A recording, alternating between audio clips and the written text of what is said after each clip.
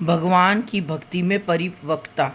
परिपक्वता क्या होता है भगवान की भक्ति में? तो हम जब तक हमारे अंदर जब तक संघर्ष की ज़िंदगी नहीं आएगी, दुख नहीं आएंगे, तब तक हम भगवान के प्रति परिपक्व नहीं हो पाएंगे। परिपक्व का मतलब है भगवान की भक्ति में लीन होना, भगवान का आशीर्वाद मिलना। भगवान जितना हमें अपनी भक्ति में लीन करेगा, भगवान जितना हमें अपने पास लाएगा, उतना हमें परिपक्व करेगा। जैसे एक लोहार होता है और वो लोहार जो होता है वो पीतल को पिघला पिघला के जला जला कर उसको पीतल बनाता है, पीतल से बर्तन बनाता है। ऐसे ही हमारा जीवन है।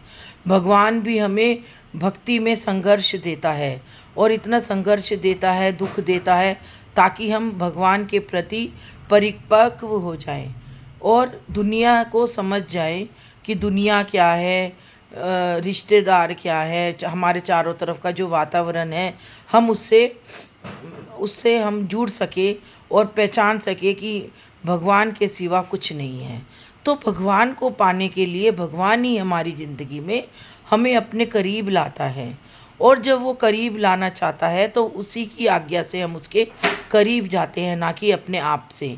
क्योंकि हमारी जो ज़िंदगी है अगर संघर्षों से भरी नहीं होगी, अगर हमारी ज़िंदगी में दुख नहीं आएंगे, तो हम भगवान को पहचानेंगे कैसे? तो भगवान को पहचानने के लिए हमें दुखों का सामना करना पड़ता है, संघर्षों का सामना करना पड़ता है। आसान नहीं है कि भगवान के प्रति भक्ति को प्रकट करना, भगवान के भावों को प्रकट करना, भगवान के प्रति हमारा जो प्रेम है उसको हम एकदम से पा सके।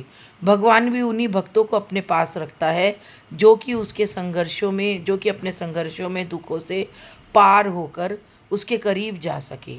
क्योंकि वही सच्चा भक्त उसके करीब जाएगा जो कि एक परिपक्व होगा, एक सच्चा हृदय होगा, एक सच्ची भक्ति वाला होगा और आत्मसमर्पण होगा उसके प्रति।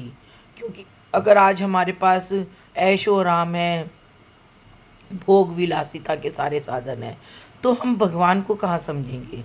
हम तो अपने चारों तरफ धन को, वैभव को, भौतिक साधनों को ये समझेंगे। तो भगवान को समझेंगे लेकिन उसको माया रूपी तत्व के अनुसार। आज हमारे पास एक बड़ा सा घर है और हमने उसमें बड़ा सा मंदिर बना लिया और वैभव के अनुसार भगवान को पा लिया, तो वो भगवान को पाना नहीं कहलाता है। भगवान को पाना सरलता से, सहजता से और सुगमता से पाया जा सके और शुद्धता से पाया जा सके। आज आप वृंदावन में जाओ, कई कई भागवत वक्ता है, उन्होंने ऐसे ऐसे आलीशान अपने मंदिर बना रखे हैं, जैसे आलीशान महल हो।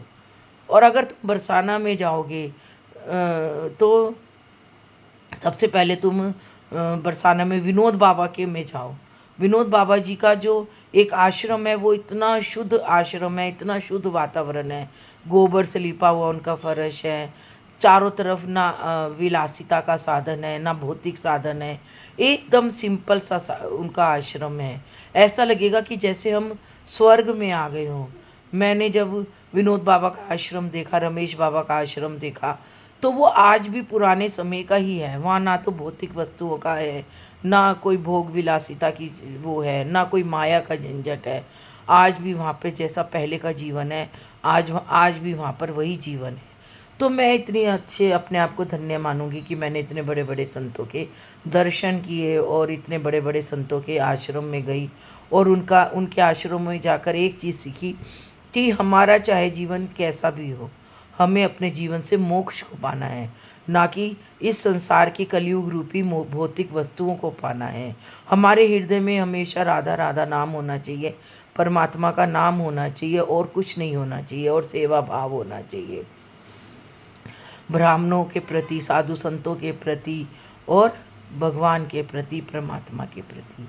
यही इन संतों के आश्रम में जाकर हमें प्राप्त होता है। जैसे कि राजेंद्र प्रसाद जी हैं संत, उनका वृंदावन में आश्रम है, तो मलुक पीठधारी कहलाते हैं, मलुका आश्रम है उनका।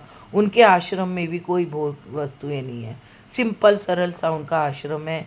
उनके यहाँ जाओ, इतना आनंद आता है, इतना अपने अंदर भक्ति जागृत होती है, ऐसा लगता है कि हम यहाँ यहीं है सारा भक्ति, यहीं है सारा परमात्मा, यहीं है सब कुछ जो हमें चाहिए हमने अपने जीवन में। तो हम जहाँ से आए हैं हमें वहाँ ही जाना है।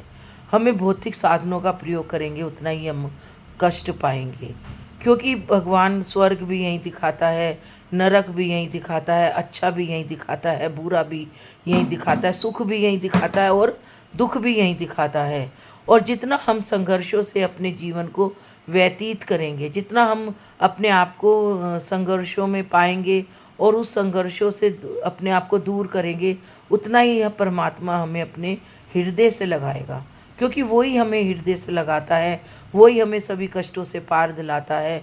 और किसी के हाथ में नहीं है कि वो हमें इन कष्टों से दूर कर सके, इन इन व्यभिचारों से दूर कर सके, इन इन हमारे ऊपर जो भी कष्ट आते हैं, हमें बस शुक्राना अदा करना चाहिए परमात्मा का कि हे परमात्मा, तूने हमें ये दुख दिए हैं, सुख दिए हैं, तूने हमें संघर्ष दिया है, कितनी परीक्षाएं लेता है, हमें उसकी परीक्षाओं से हमेशा पार जाना चाहिए। हमें हम समझ ही नहीं पाते हैं परमात्मा को। आज तक मेरे को 30 साल हो गए भक्ति करते करते, आध्यात्मिकता में रहते रहते, लेकिन आज तक मैं परमात्मा के उस शोर तक नहीं जा पाई कि वो हमसे चाहता क्या है, भक्ति में हमें क्या प्राप्त करना चाहता है, पर भक्ति में हमें क्या देना चाहता है। बस हम उसकी राह पकड़ लिए, उसकी उंगली पकड़ के चलते जा रहे हैं, चलते जा रहे हैं। वो भाव देता है, हम अपने भावों को व्यक्त कर देते हैं, चाहे हम लिख कर, चाहे हम बोल कर, बस उसके अंदर अपने आप को देखते हैं और अपने आप में उसको देखते हैं। बस एक आध्यात्मिकता मिलती है हमको, एक एक बहुत ही आनंद और परमानंद की सीमा में रहते हैं। सारा दिन बस हमें परमात्मा का ध्यान रहता है और वही हमें ध्यान रहना चाहिए। जब हमारे ऊपर कोई कष्ट आते हैं या हमारे ऊपर कोई परीक्षा होती है या संघर्ष आते हैं, तो हमें सिर्फ परमात्मा का ही ध्यान रहता है। तो इसलिए हम उन संघर्षों को, चाहे हमारे ऊपर, कहते हैं ना कि भगवान ने विष धारण किया था, हलाहल विष, तो ऐसे ही वो हलाहल विष भी हमें अपने गले में धारण करना चाहिए।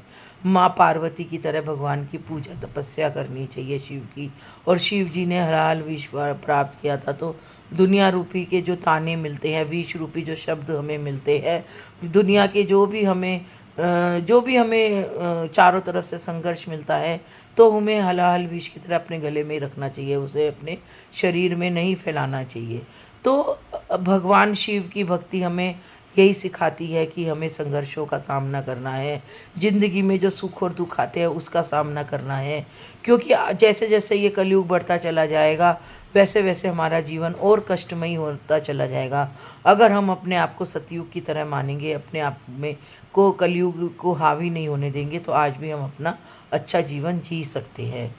आज के लिए इतना ही। राधे राधे।